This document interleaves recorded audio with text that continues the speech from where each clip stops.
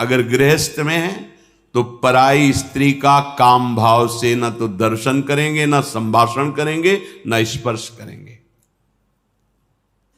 अगर आपको सुमति बढ़ानी है, संपत्ति बढ़ानी है, सुख में निमग्न होना है, दुख से बचना है, तो प्रार्थना मान लीजिए ये खिलवाड़ नहीं है, पर स्त्री गमन सीधे दुर्गति है।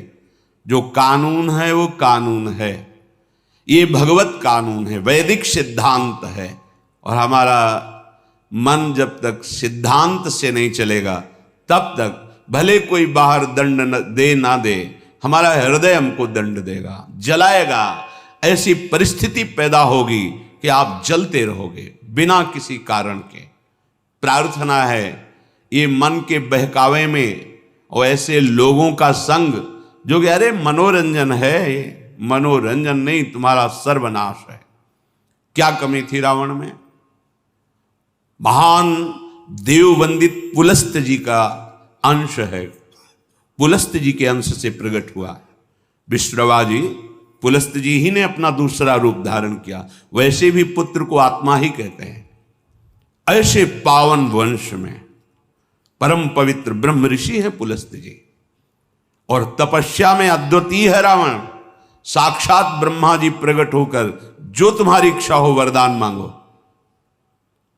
उत्तम कुल में प्रकट हुआ, ब्राह्मणत्व जहां छाया हुआ है, ऐसे ऐसे पिता से, जहां तपस्या का धनी है और बुद्धिमान समस्त वेदों का पारंगत है। साधारण नहीं है, असाधारण है। शिव आराधना अपने प्राणों की भी आहुति देने के लिए तैयार है। इष्ट देव भगवान शंकर के लिए कई बार अपने शीश उतार कर चढ़ाए, कई बार अपने भुजाओं में झूला झुलाया। कैलाशपति भगवान शिव को मैं कैलाश सहित बलशाली चलत दशानन डोलत अवनी, जहां पृथ्वी में चरण रखता तो झुक जाती धरती, जिस लोक में जाके भुजा ठोक देता लोकपाल भयभीत हो जाते। क्या वैभव में कमी थी उसके? सोने की लंका थी। पर स्त्री गमन का स्वभाव एक भयानक दोष, पर स्त्री गमन का स्वभाव उसका सर्वनाश कर दिया, सर्वनाश कर दिया इसी स्वभाव ने।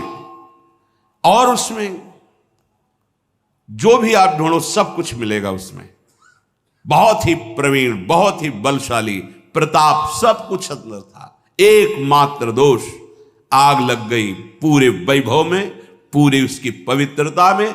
और बंदर पैरों से खोपड़ी ऐसे जैसे फुटबॉल ऐसे मारते थे। मंदोदरी रो के कह रही थी, राम विमुख असहाल तुम्हारा। भगवत विमुख होने के कारण ये दोष तुम छोड़ नहीं पाए। हम तुम्हें बार बार पैर पड़ के समझाती रही, और आज तुम्हारी ये दशा है कि तुम्हारे कुल में कोई रोने वाला नहीं। शब्द याद कर लो। ये परस्त्री गमन, ये बहुत बड़ा अपराध है, जिसे आज लोक व्यवहार में एक मनोरंजन माना जाता है। चाहे वो परस्त्री गमन हो या परपुरुष गमन हो। सावधान हो जाओ, तुम्हारे पुण्य क्षीण हो जाएंगे।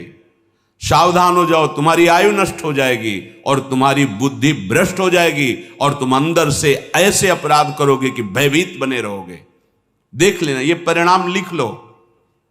जिनको समझ में आता है अरे तो सब क्या है, तो आगे देख लेना क्या है। अगर कुमति को दबाकर सुमति को बढ़ाना है तो नियम ले लो, चाहे प्राण निकल जाए, पर पराई जिसका हम पाणी ग्रहण किए हैं उसके सिवा किसी और स्त्री के साथ काम संबंध नहीं। अगर ये नियम निर्वाह कर ले गए तो बहुत कुछ जीत जाओगे, क्योंकि सबसे बड़ा शत्रु यही काम है।